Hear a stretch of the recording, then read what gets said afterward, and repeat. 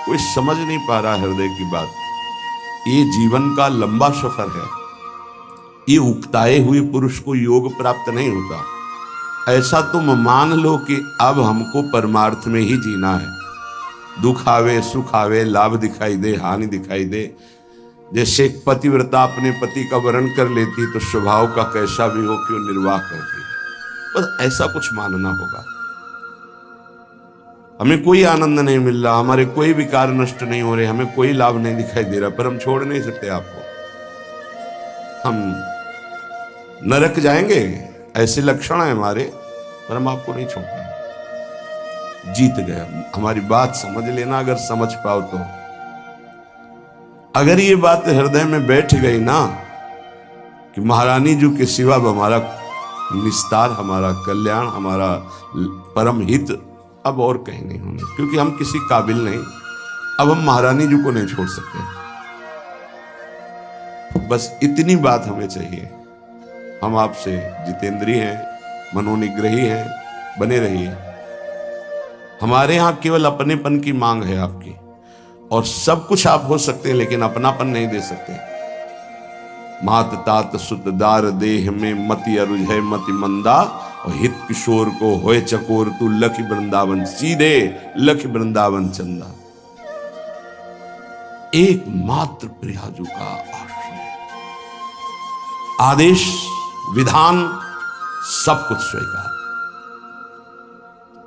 गृह त्याग करा रहे हैं आचार्य चरण। पुत्र पत्नी वैभव सम्मान त्रिभुवन पूजित। आदेश होता है कि राधा वल्लभ जी को, दो सखियों को प्रश्नवाचक चिन्ह नहीं आया कि प्रभु अभी तो त्याग के ही आ रहे हैं। क्या कहेंगे देवन वाले कि हित हरिवंश महाप्रभु यहां तो गृह त्याग किया। अच्छा, कहीं इस पुराण भी नहीं हुआ। क्यों? जोई जोई प्यारो करे सोई मोहि भावे। आज उसी वंश से, उन्हीं आराध्य देव से लाखों का निकुंज में प्रवेश हुआ, हो रहा है, आगे होता रहेगा। नित्यानंद महाप्रभु बाल्यावस्था से लंगोटी वाले परम बैरागी दिगंबर अवधूत, कैसी कैसी स्थितियां महाप्रभु चैतन्य देव ने आदेश किया। आपको विवाह करना है और ऐसी संतान प्रकट होनी है जिससे लोक मंगल होगा। दोबारा प्रश्न नहीं किया कि आप गृहस्थ से विरक्त में पदार्पण किया, और यहां बाल्यावस्था से विरक्त अब गृहस्थ की आज्ञा, सरकार ये कैसी आज्ञा? कभी प्रश्न नहीं किया। नाम जापक हैं, मार मार के खाल खींच दी गई। उनके हृदय में प्रश्न नहीं हुआ कि ऐसा विधान क्यों बनाया हरि। बहुत विचार करने पर उपासक को बहुत धैर्यवान होकर के इस मार्ग में चलना है। ऐसे चला जाता है ये मार्ग, ऐसे चला। कुछ पकड़ना मत, तो वो आपको पकड़ लेंगे, गिरोगे नहीं। क्यों में प्रश्न उत्तर, ये सब जिसका हृदय आराध्य देव के चरणों में समर्पित हो जाता है, वही इसके रहस्य को जानता है। ये सब साधन एक प्रक्रिया है। अगर प्रभु से अपनापन नहीं हुआ तो कोई खास बात नहीं। साधन का कोई खास, साधन का सब साधन कर यह फल सुंदर, प्रभु पद पंकज प्रीति निरंतर। अभी कैसे विषयी पुरुषों को समझ में आएगी? बहुत सुलझने की जरूरत है, नहीं ये जीवन व्यर्थ चला जाएगा। दुर्वितर्क्यानुभाव युक्ता देवी निकुंज देवी श्री स्वामिनी जी बड़े बड़े तार्किकों के भी तर्क से पकड़ में आने वाली नहीं। जैसे वेदांत दर्शन तर्क के द्वारा, श्रद्धावान तर्क करे तो उसके द्वारा वो स्थापित होता है। कह रही यहां नहीं, यहां सीधे स्वीकृति करो मेरी महारानी श्री राधा रानी, तो आपके हृदय में बल प्रकट होगा। जाके बल में सबसों तोरी लोक रीति और वेद रीति दोनों से, जाके बल में सबसों तोरी लोक वेद और कुल कानी। लोक रीति, वेद रीति, कुल रीति, इन सब का त्याग करके रस रीति में प्रवेश पाया जाता है। तो किसके बल से? मेरी महारानी श्री राधा रानी, जाके बल में सब सो तोरी, लोक वेद कुल कानी, मेरी महारानी श्री राधा रानी। ये तर्क का विषय नहीं, यहां स्वीकृति का विषय है। अब उपासना बताए। पहले तो ये कह रहे हैं कि ये बहुत निगूढ़ भाव है, इसे वेद प्रमाणित भी नहीं कर सकते आप। श्रद्धा और विश्वास करके रसिकों की बात मान लो। यहां तर्क वितर्क की कोई गुंजाइश नहीं है। ये भाव देश है, ये तर्क देश नहीं है। अब हमारी स्वामिनी जो केवल हाथ जोड़ने मात्र से प्रसन्न हो जाती है, इतनी करुणा में। इसीलिए लालजू महाराज जब सेवा में प्रवेश होते हैं तो ऐसे प्रवेश होते हैं, करबद्ध। बहुत कृपालु हैं, दयालुता की, सरलता की मूर्ति है स्वामी जी। जो बड़े बड़े सिद्धांतों की रचना करके उपदेश करने वाले और उनके फल को देने वाले प्रभु हैं, ये उनके अधीन है। प्यारी जी की एक भ्रकुट के इशारे से घोर पापी को भी वो पद प्राप्त करा देंगे जो बड़ी बड़ी साधनाओं से नहीं मिलता है। विश्वास कीजिए, आपको लगेगा केवल बातें ही हैं कि प्रमाण भी है। तो नरवाहन जी कोई भी सदाचरण नहीं था। 84 कोष ब्रजमंडल का मूर्धन्य राजा जरा भी ब्रज 84 कोष में उनके खिलाफ या उनकी अधीनता ना स्वीकार करने पर प्राणदंड मिलता था। सीधे प्राणदंड, कोई क्षमा याचना नहीं। ऐसा उनका स्वभाव और प्रभाव था। महाप्रभु हरिवंश चंद्र जो राधा वल्लभ लाल जो पालकी में विराजमान रसिक जनों के साथ गुण कीर्तन, नाम कीर्तन, जय जयकार होते हुए आए और लता भवन में विराजमान किया। सेवकों ने सूचना दी कि कोई महान तेजस्वी पुरुष आभूषण आदि लेकर के अपने इष्ट देव के साथ पधारे हुए हैं, और उनका तेज ऐसा है कि हम लोगों की हिम्मत ही नहीं कि उनके सामने जा सके। ये आपसे निवेदन करते हैं। नरवाहन जी ने विचार किया कि ऐसा कौन तेजस्वी ब्रजमंडल में जो हमारे आज्ञा पर क्रूर हिंसा कर देने वाले, कठोर हृदय वाले भी भय धारण कर रहे हैं, सामने नहीं गए, हम स्वयं चल के देखेंगे। एक भागवतिक आभा होती है, भागवतिक बल होता है, वो जिस पर कृपा होनी होती है उसी को अनुभव में आता है। जैसे अपने गुरुदेव भगवान के पास जब जाते हैं तो एक भागवतिक बल वहां स्थापित है। वो शायद है कि लाडली जी की कृपा से आपको दिखाई देगा। रोम रोम उस समय बिल्कुल अलर्ट, सावधान। एक अद्भुत कि जब गुरुदेव श्री जी को देख रहे हैं तो हम गुरुदेव को देख सकते हैं, लेकिन जब गुरुदेव हमारी तरफ देखेंगे तो हमारी हिम्मत नहीं कि हम देख सकें, नेत्र झुक जाएंगे। कोई अद्भुत बल होता है। नरवाहन जी पर कृपा होनी थी। हितजू महाराज किसी भी भाव से कोई आवे तो उसको श्री जी प्रदान करते, इतने अद्भुत दाता हैं। महिमा तेरी कहा कहूं, श्री हरिवंश दयाल, तेरे द्वारे बटत हैं सहज लाडली लाल। बड़ा विचार कर रहा था कैसे होंगे, क्या प्रभाव होगा। जब दर्शन करने के लिए आए तो हिम्मत नहीं पड़ी सामने जाने की। लता भवन की ओट से देखा, जैसे प्रियाजू के नेत्र ऐसे हितजू महाराज के नेत्र, अतुलित रस बरसत सदा, सुख निधान बनवास, अद्भुत महिमा महि प्रगट, सुंदरता की रास, सुंदरता की रास, कनक द्युति देह रुचि। जैसे स्वामिनी जी के श्रीअंग की कांति, सात कुंभ तन गोरी, ऐसे हित सजनी स्वरूपा महाप्रभु हरिवंश चंद्र जी की अजान बाहो, कमल नयन, सुंदर नासिका, सुंदर थोड़ी, युगल चरणारविंद, पान किया और उन्मत्तता छा गई। अभी राधा वल्लभ जी को देखा ही नहीं था, केवल महाप्रभु को देखा था। बस हृदय में बैठा लिया। वहां रसिक जन कीर्तन कर रहे थे, राधा वल्लभ श्री हरिवंश, श्री वृंदावन श्री वंचन, बैठा लिया, राधा वल्लभ श्री हरिवंश, राधा वल्लभ श्री हरिवंश। ये नाम जपते ही कुछ दिनों में ऐसा लगने लगा कि मैं बहुत अधम हूं, अब नहीं करूंगा, अपने हाथ से किसी की हिंसा नहीं करूंगा, कभी चोरी नहीं करूंगा, कभी किसी से कर नहीं लूंगा, ऐसा। और एक तरह से परम वैरागी होकर रह रहे हैं, पर कार्यक्रम उनका वही चल रहा है। उनके अनुगामी जनों ने जैनी व्यापारी की बड़ी नौका को रोका और कहा यहां से निकलने वाले को कर देना पड़ता है। उसके साथ कई 100 सैनिक बलवान थे, तो सैनिकों के बल के कारण उसने कर देना अस्वीकार कर दिया। युद्ध हुआ, समस्त सैनिक मारे गए, जैनी को बंदी बना लिया, पूरी संपत्ति नाव की हड़प ली। छोटी मोटी नाव नहीं जिसमें 8-9 से सैनिक सुरक्षा में हो तो कितना ऐश्वर्य होगा। पहले नावों से ही व्यापार होता था। नौका पूरी जब्त कर ली गई, उसको बंदी बना लिया गया और उसमें जो मुखिया थे, क्योंकि नरवाहन जी तो राधा वल्लभ श्री हरिवंश आठों पैर जप में लग गए थे, कैसी असीम कृपा हुई थी। पहले दर्शन में ही लुट गए थे, अब वो कैसे लूटेंगे। उनके अनुयायियों ने उस जैनी से कहा कि अगर आप जितनी संपत्ति है इतनी दोबारा नहीं मंगाते हैं तो आपको फांसी की सजा दी जाएगी। उतनी संपत्ति उसके पास थी नहीं। धीरे धीरे फांसी का समय निश्चित हो गया कि कल फांसी दी जाएगी।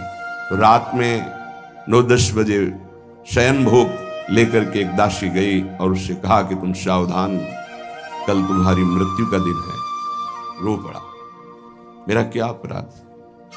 बोला यहां अपराध नहीं गिने जाते, यहां कोई निर्णय नहीं होता, मारे जाओगे कल तुम। उसका कोई उपाय बचने का? बोले एक उपाय है, रात्रि के 12 बजे राधा वल्लभ श्री हरिवंश, राधा वल्लभ श्री हरिवंश जोर से उच्चारण करना, मुझे पूरा विश्वास है ये नाम तुम्हें बचा लेगा। अरे तो मरने वाले को जैसे संजीवनी बूटी मिल जाए। थोड़ी ही देर के बाद उच्च स्वर से शुरू किया, राधा वल्लभ श्री हरिवंश, राधा वल्लभ श्री हरिवंश। वो आवाज नरवाहन जी जहां एकांत में जप कर रहे थे वहां पर, अरे ये तो अपराध बन गया, मेरे गुरु जी का कोई शिष्य बंदी बना लिया गया। तत्काल गए, खुलवाई जेल, अंदर गए, हाथ जोड़ा, प्रणाम किया और कहा मुझे क्षमा करना, मुझे पता नहीं था आप हमारे गुरु भाई हैं। अपने सैनिकों को बुलाया और कहा तत्काल पूरी संपत्ति दी जाए और अधिक संपत्ति इनको दी जाए। उनसे हाथ जोड़ के कहा कभी गुरुजी के सामने ये चर्चा मत चलाना कि आपको इस तरह से प्रताड़ित किया गया। आज से बिल्कुल आदेश लागू हो जाएगा, कुछ किसी के साथ ऐसा नहीं होगा, नहीं तो बहुत बड़ी गलती हो जाती है। जहां उसको फांसी की सजा मिलनी थी वहां नवीन वस्त्र धारण कराकर सारी संपत्ति उसके मन में आया एक बार तो उनसे मिलूं, जिनके नाम के बल से मुझे सम्मान मिला जहां मृत्यु मिलने वाली थी, और व्यापार में जो लाभ मिलता उससे अधिक धन मिल गया। उनका मूल तो मिला ही, और भी संपत्ति नरवाहन जी ने दी इस बात की कि मेरा गुरु भाई है। लता भवन में आए, पता लगा के महाप्रभु के दर्शन की सारी संपत्ति भेंट की। महाप्रभु ने कहा आप इसका प्रयोग स्वयं कीजिए और कहीं लगा दीजिए, हमारे राधा वल्लभ लाल लता भवन में विराजमान, हमें इतनी संपत्ति की जरूरत नहीं, पर आप देना क्यों चाहते हैं? तो उनका आपके नाम के कारण मेरा जीवन बच गया। पूरी घटना बताई। वो मैं तो नहीं जानता नरवाहन कौन है। महाप्रभु को इतनी करुणा उदय हुई कि केवल राधा वल्लभ श्री हरिवंश नाम सुनकर ऐसा बुलवाओ कहाँ है। अब नरवाहन जी को बुलाया गया तो कांपते हुए आए कि पता नहीं। अब उनके हृदय में तो था मेरे गुरुदेव हरिवंश चंद्र मेरे इष्ट राधा वल्लभ, पता नहीं गुरुदेव क्या दंड विधान करेंगे क्योंकि गलती हो गई। जे भी सामने गए महाप्रभु को देखकर रो पड़े। ऐसा सौंदर्य, ऐसी करुणा महाप्रभु के स्वरूप से चरणों में गिरे। महाप्रभु ने कहा नरवाहन आज तुमने खरीद लिया मुझे। अब उनको आत्मबल प्राप्त हुआ। उनका तुमने कभी हमसे दीक्षा नहीं ली, कभी ऐसा संग नहीं किया, केवल सुनने मात्र से। तो देखो मैं तुम्हें अपने नित्य विहार का सर्वस्व प्रदान करता हूं, विलास रस और रास रस। 11वां पद विलास रस का है। मंजुल कल कुंज देश राधा हरि विशद वेश, राका नव कुमुद बंधु शरद जामिनी, श्यामल दुति कनक अंग बिहरत मिल एक संग। ये विलास का पद है। और 12वां पद चल ही राधिके सुजान, तेरे हित सुख निधान, रास रचु श्याम तट कलिंद नंदिनी। इसके आखिरी में नरवाहन प्रभु निहार, लोचन भरी घोषणार, नख सिख सौंदर्य काम दुख निकंदिनी। देख हमारे प्रिया प्रीतम कैसे है, जो अनंत जन्मों की साधनाओं से भी नहीं बनता, क्षण में महाप्रभु ने उतारा। हम ऐसे आचार्य की शरण में हैं जो करुणा समुद्र लाडली का साक्षात स्वरूप है। हमारी श्री जी और हमारी हित सजनी जो एक ही हैं। आप देखो सिद्धांत विचार में ध्रुवदास जी कहते हैं, तहां श्रीजू के श्री मुख की बानी, श्रीजू के श्रीमुख की बानी, हितजू को संबोधन करते तहां श्री जी के श्रीमुख की बानी। ये गूढ़ विषय है। आचार्य कृपा करें, रसिक जन कृपा करें तो घोर पापाचारी को भी नित्य विहार रस प्रदान कर दे। हमारी स्वामिनी जो बड़ी कृपालु है, हाथ जोड़कर नमस्कार करने मात्र से ही प्रसन्न हो जाने वाली प्रिया जो है। क्या करो? बोले निकुंज देवी की सेवा विराजमान करो। निकुंज देवी प्रियाजू की सेवा। प्रियाजू ये नाम सेवा, राधा नाम सेवा, राधा वल्लभ रूप सेवा, ये प्रियाजू ही है। राधा ही जहां की वल्लभ है, यह है प्रेम उपासना। यहां की वल्लभ कौन है, प्रीतम कौन है? मेरे प्राणनाथ श्री श्यामा, शपथ करो तृण छिए, रहो को काहू मन दिए। हमारी प्रियाजू को श्याम वर्ण बहुत पसंद है, प्रीतम के श्रीअंग कांति के कारण। तो श्रीपाद कह रहे हैं, यदि श्याम वर्ण का पुष्प और श्याम वर्ण की गंध का आलेप कस्तूरी प्रियाजू को बहुत प्रिय है। श्याम वर्ण श्यामा मयूरवैर परिचरो परिकम्य भूयो नमत्वम कृत्वांजल्यानति सुविनयम दिव्य गंध प्रसूनई। सुंदर पुष्प श्याम वर्ण का हो, श्याम कमल या और भी श्यामता लिए हुए बहुत प्रिय है प्रियाजू को। कस्तूरी आदि का लेपन और सुगंधित द्रव्य आदि अर्पित करके, हाथ जोड़ करके, हृदय से अपनापन करके, परिकम में 4 परिक्रमा करके, भूयो नमत्वम, भूमि में मस्तक रख करके नमस्कार कर दो तो स्वामिनी जो अपना सर्वस्व प्रेम प्रदान कर देती है। बहुत करुणामयी, ऐसा कुछ नहीं लिखा जो सब कोई न कर सके। गृह में अपने स्वामिनी जी की सेवा विराजमान करो। राधा नाम, राधा वल्लभ रूप, गुरुदेव, आचार्य, ये सब स्वामिनी जी ही है। आचार्य भी स्वामिनी जी हैं, गुरुदेव भी स्वामिनी जी हैं। जैसे हित जो महाराज को सेवक जी कह रहे हैं, मम स्वामिनी धनी, मेरी स्वामिनी, ऐसे ही आचार्य ही गुरुदेव हैं तो गुरुदेव मम स्वामिनी, गुरुदेव मम स्वामिनी, आचार्य मम स्वामिनी, इष्ट मम स्वामिनी, कोई अंतर नहीं है। सेवा विराजमान करके हमारी लाडली जी को सबसे ज्यादा जो पसंद है वो अपनापन पसंद है। ये अंदर की बात है। मेरी लाडली देखो, अपने जैसे अधम के पास तो सेवा के लिए कुछ था ही नहीं, इत्र भी मांग करके गुरुदेव भगवान से लाते, वही इत्र भी देते थे। अपने पास तो केवल गुरुदेव ही थे, अपने पास केवल गुरुदेव ही थे, हैं, रहेंगे। जो है वो गुरुदेव का दिया हुआ है, अंतर और बाहर भी। इतनी मिश्री का भोग लगता था जो वृंदावन के पुष्प को समर्पित। और सबसे बड़ी बात कृपा की ये थी कि पर्दा लगा करके, और जब मिश्री इतनी रखते थे तब रुदन होता था, स्वामिनी जी आपके लिए कुछ नहीं है और हम जैसे हैं आपके। कभी कभी रोटी मांग के जो सूखी मिली सामने से रज के पात्र में रख के जब दिखाते थे तो जो भोग लगता था, हम तुम्हें कैसे बताएं कि रोटी रख गई और घंटों ऐसे बैठे। भाव उत्सवेन भजताम रस का। हमारी प्रियाजू को, अरे वैभव क्या, वैभव जिनका है वो तो उनके महावर लगाते हैं, और कौन सा वैभव प्रियाजू को पसंद आएगा? जिनका वैभव है वो तो महावर लगाने के लिए याचना करते हैं, उनको कौन सा वैभव। बस नमस्कार प्रियाजू को, मस्तक रखकर भूमि पर हाथ जोड़कर। और जो प्रियाजू को पसंद है श्याम, यदि आपके पास श्याम पुष्प नहीं है, श्याम मृगमद नहीं है, कस्तूरी, तो श्याम सुंदर का नाम और गुण तो है, सुना उनको। गोविंद कथा, गोविंद नाम कीर्तन ये प्यारी जी को बहुत प्रिय है।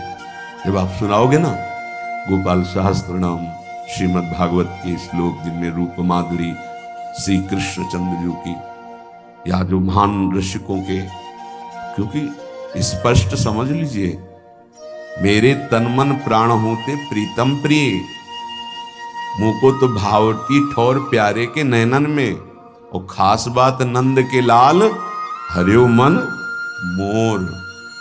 बस ये है हमारी श्री जी की पूजा। अगर समझ पाओ, पकड़ पाओ, श्री जी की पूजा ये है।